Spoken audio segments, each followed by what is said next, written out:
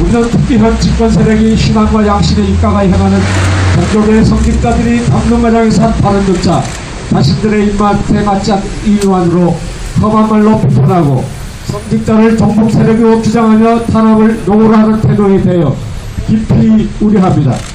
현 집권 세력이 지난 22일 천주교 정의구현 사제단이 드린 대통령 퇴진 미사 중 감론가장에서 한 박창신 원로신부의 발언을 빌미로 종북 신부 운운하며 수사계획을 발표하는 등 대대적인 공안몰이를 통한 탄압을 시작하고 있습니다. 현 집권 세력의 이와 같은 태도는 성직자의 설교를 문제 삼고 있다는 점에서 신앙의 자유가 허용된 민주주의 국가에서라면 도저히 용납될 수 없는 일입니다. 나아가 이들의 작태는 대한민국 헌법에 의해 신앙과 사상 그리고 언론의 자유가 보장되어 있는 엄연한 민주공화국을 전면 부정하는 행위로 이건 오히려 현 집권 세력이 헌법에 반하는 세력임을 스스로 드러내는 것에 지나지 않습니다. 따라서 현 집권 세력은 대한민국이 민주공화국임을 스스로 인정하고 있다면 신앙과 사상의 자유를 억압하는 이와 같은 행태는 즉각 중단해야 합니다. 우리는 지난 제18대 대통령 선거에 다양한 국가기관이 광범위하게 개입했음을 확인해주는 수많은 정부들이 나타나고 있음을 주목합니다.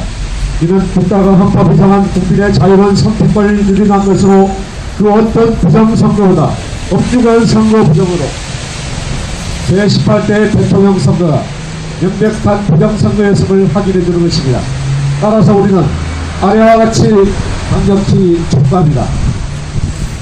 첫째, 제18대 대통령 선거는 국가기관들이 부정한 개입에 의해 국민의 선택권이 누린데 명백한 부정선거임을 증명합니다. 둘째, 불법 부정선거의 결과에 의해 대통령직에 취임한 현 대통령은 국민에 의하여 선택된 대통령으로 인정할 수 없다는 점을 분명히 밝힙니다. 셋째, 따라서 현 대통령이 퇴진을 요구합니다. 2013년 11월 28일 국가정보선거개입 기록도 공동대책위원회 대통령 선거가 명백한 부정선거였음을 확인해주는 것입니다.